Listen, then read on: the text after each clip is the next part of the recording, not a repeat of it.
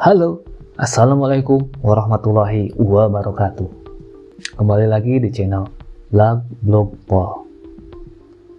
Terima kasih sobat sudah hadir di video ini.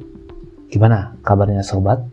Semoga sobat selalu sehat, selalu dalam lindungan Allah, dan selalu berkah dan berlimpah rezekinya. Amin ya Allah ya Rabbal Alamin. Di video kali ini kita akan mengulas wawancaranya atau diskusinya Margarito Kamis, seorang pakar tata negara yang mana dia merespon atas pidatonya Pak Presiden kita bahwa pemilihan kepala daerah oleh DPRD. Apa sih tanggapan seorang pakar tentang isu pilkada jika digulirkan sama DPRD? Yuk kita tonton supaya tidak penasaran apa menurut pakar tata negara. Ada Bang Andre, tadi Mbak Titi udah nembak langsung nih. Partai Gerindra katanya dulu yang mendukung dari pemilihan langsung ini. Lalu sekarang kemudian berubah. Apa nih alasan utamanya dan bagaimana Partai Gerindra mengantisipasi kritik bahwa ini bisa membatasi hak suara rakyat? Ya, malah Alfred, Mbak Titi ya, Bang Margarito, ini kan wacana yang dilontarkan oleh Pak Prabowo agar kita bisa diskusikan lebih lanjut, kita bedah secara detail sehingga nanti kita bisa mendapatkan opsi yang terbaik. Apalagi DPR sekarang lagi reses, nanti 20 Januari kan reses berakhir, masa sidang dimulai, nanti Komisi 2 tentu bisa mengundang Mbak Titi dan seluruh stakeholder untuk mendiskusikan ini ya. Berbagai fraksi, berbagai stakeholder, berbagai pakar nanti akan diundang untuk mendiskusikan. Karena tadi saya membahas anggaran APBN yang habis untuk kepentingan pilkada. Lalu 2014 dan 2024 ini situasinya sekarang berbeda. Yang nggak boleh dirubah ini hanya Al-Quran dan hadis Nabi Sunnah. Tapi Undang-Undang Dasar 1945, apalagi keputusan-keputusan politik lain, boleh dirubah. Ya, jangan sampai kita kacamata kuda berpersepsi yang lalu itu yang terbaik. Tapi kita tidak melihat kondisi masa kini. Bagaimana sekarang tingkat partisipasi pemilih juga sangat kurang. Rata-rata hampir 50% masyarakat hanya hadir datang ke TPS. Itu yang pertama. Lalu yang kedua, di luar biaya APBN yang habis, kita lihat bagaimana banyak sekali pemimpin yang muncul tiba-tiba karena punya uang, tapi tidak punya rekam jejak, kapasitas dan kapabilitas. Itu juga harus dipertimbangkan. Lalu kita lihat bagaimana operasi tangkap tangan yang dilakukan oleh KPK dan aparat penegak hukum lainnya seperti kejaksaan dan kepolisian yang menangkap banyak kepala daerah. Kenapa? Karena mereka ongkos politiknya tinggi, mereka harus kembalikan uang sehingga akhirnya terjerat kasus hukum. Itu juga harus dipertimbangkan oleh pengamat-pengamat politik seperti Mbak Titi. Ini lihat kondisi real di masyarakat dan kondisi real yang ada. Gitulah. Ini harus kita pertimbangkan, kita lihat secara jernih, secara objektif, sehingga nanti kita bisa mengambil keputusan politik yang terbaik.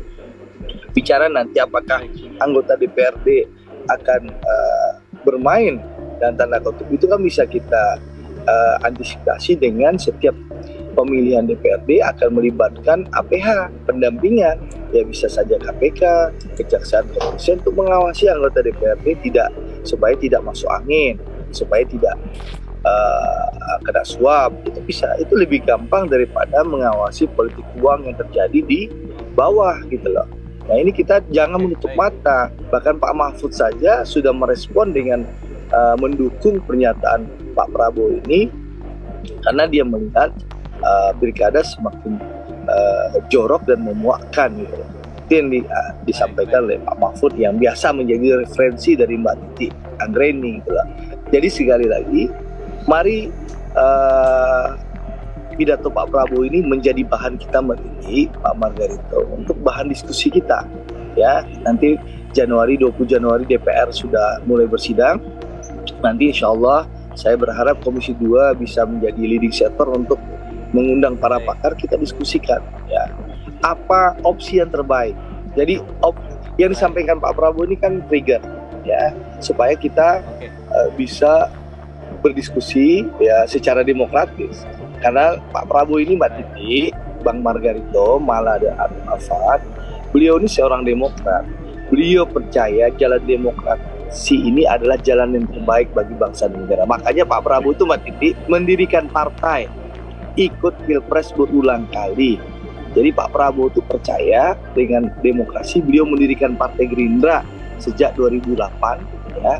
Ya, jadi bukan kutu loncat yang pindah-pindah partai untuk kepentingan syahwat pemilu. Jadi gagal di partai A, lalu ingin mencari posisi pindah ke partai B, gitu loh. Itu Pak Prabowo bukan seperti itu. Beliau percaya demokrasi adalah jalan terbaik bangsa. Beliau mendirikan Partai Gerindra sejak 2008, ikut pemilu 2009, 2014, 2019, 2020.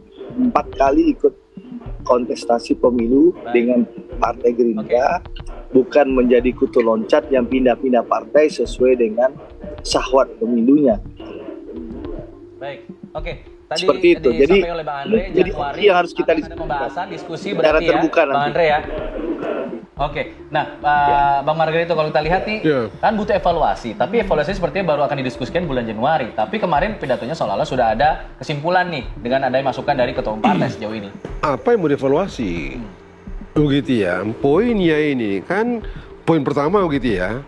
Biaya yang dikeluarkan oleh negara untuk menyelenggarakan pilkada ini begitu mahal, 37, sekian triliun tadi itu. Anda bayangkan 37, sekian triliun itu berapa banyak itu puskesmas yang kita bikin, berapa banyak petani nelayan yang bisa kita urus kehidupan mereka, berapa banyak dan segala macam yang seperti Prabowo bilang itu. Dan itu sudah berkali-kali saya bilang, bahkan di tempat ini atau di tempatnya Bang Karni itu atau di Pulau Gadung kali, pilpres pun balik emper. Cuma jangan kacau kayak begini ini. Karena kita ini ditipu sama bule-bule ini.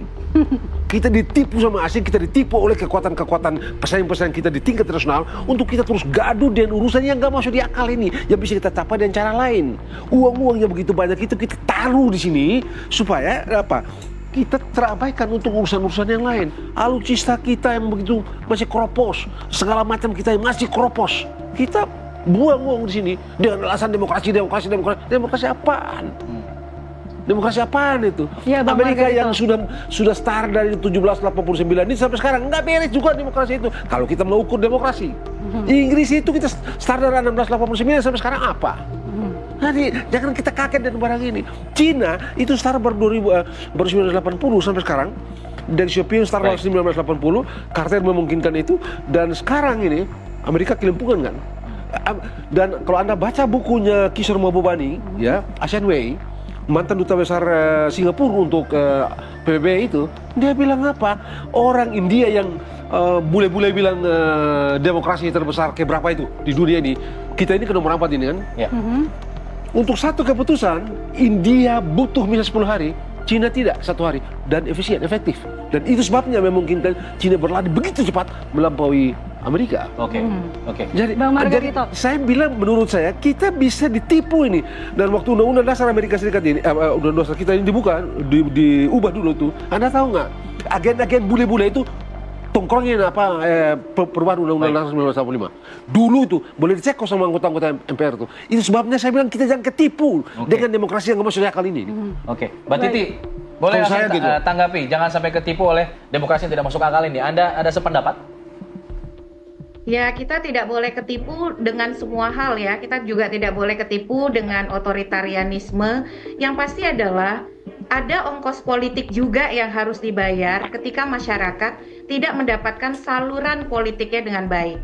Contohnya kenapa kita reformasi 98, karena ada saluran politik juga yang tidak terwadahi. Kalau belajar soal demokrasi, saya kira Barat bukan satu-satunya rujukan ya. Kita juga bisa melihat bagaimana dinamika Korea Selatan yang luar biasa. Bahkan di sana soal pemakzulan, gerakan masyarakat dan kemudian gerakan kelompok sipilnya itu kan gerakan yang damai. Bagaimana misalnya pendukung K-popers begitu ya bisa melakukan aksi politik yang menjaga demokrasi tetap dalam koridor. Persoalan besar kita, Bang Margarito, Bang Andre, itu adalah korupsi. Dan ternyata korupsi itu tidak kenal mekanisme pemilihan. Kemarin diangkat PJ wali kota dari birokrat, tidak pakai pemilihan langsung. Ternyata kena OTT KPK juga, begitu ya. Nah, dalam konteks ini saya kira kita ini perlu melakukan segala sesuatunya itu secara holistik. Saya setuju, kita semua setuju, harus ada evaluasi. Ada banyak biaya-biaya yang bisa dilakukan efisiensi. Misalnya, kemarin tuh biaya pemilu 76 triliun. Itu sebenarnya buat apa saja sih? Yang 37 triliun, itu juga buat apa saja sih? Apakah ada aspek-aspek yang perlu kita evaluasi? Betul ada. Nah, soal misalnya putusan MK. Dalam konteks putusan MK ini, kalau kita lihat ya dinamikanya, penolakan masyarakat terhadap putusan soal Gibran kan juga ada begitu ya. Tapi ketika sudah menjadi bagian dari dinamika ketatanegaraan kita, ya itu harus kita hormati mau tidak mau. Kritik memang iya harus disampaikan, tapi menegakkan putusan pengadilan juga diperlukan begitu dalam konteks tertib bernegara. Jadi kalau saya sih lebih mendorong kita konsisten kepada RPJPN kita, Rencana Pembangunan Jangka Panjang Nasional 2025-2045, soal penataan demokrasi substansial. Demokrasi yang memang sesuai dengan karakter keindonesiaan kita. Dan yang paling penting nih Bang Andre, saat Bang Andre dan kawan-kawan Gerindra sedang dalam kekuasaan, benahi semuanya, penegakan hukum, demokratisasi di internal partai. Kalau mau jadi calon di DPR, DPRD dan kepala daerah, kalau dia lewat jalur partai politik ya harus kader partai. Kalau bukan kader partai ya pilih jalur perseorangan. Kalau mau jadi calon presiden ya masuk partai begitu. Jangan pengen jadi calon presiden tapi tidak mau masuk partai. Jadi momentum untuk menata sistem politik, sistem pemilu, lalu juga laporan dana kampanye itu dibenahi dong. Jangan sampai sekedar basa-basi formalitas. Lalu batasi dana kampanye.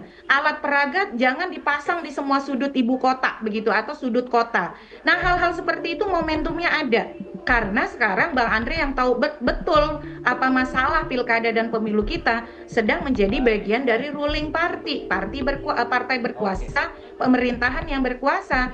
Jadi harapannya adalah kita tata tuh kelemahan-kelemahan itu. Kalau tadi tuh Bang, soal misalnya orang yang sekedar populer mengandalkan uang, mereka kan tidak bisa masuk kontestasi politik tanpa partai.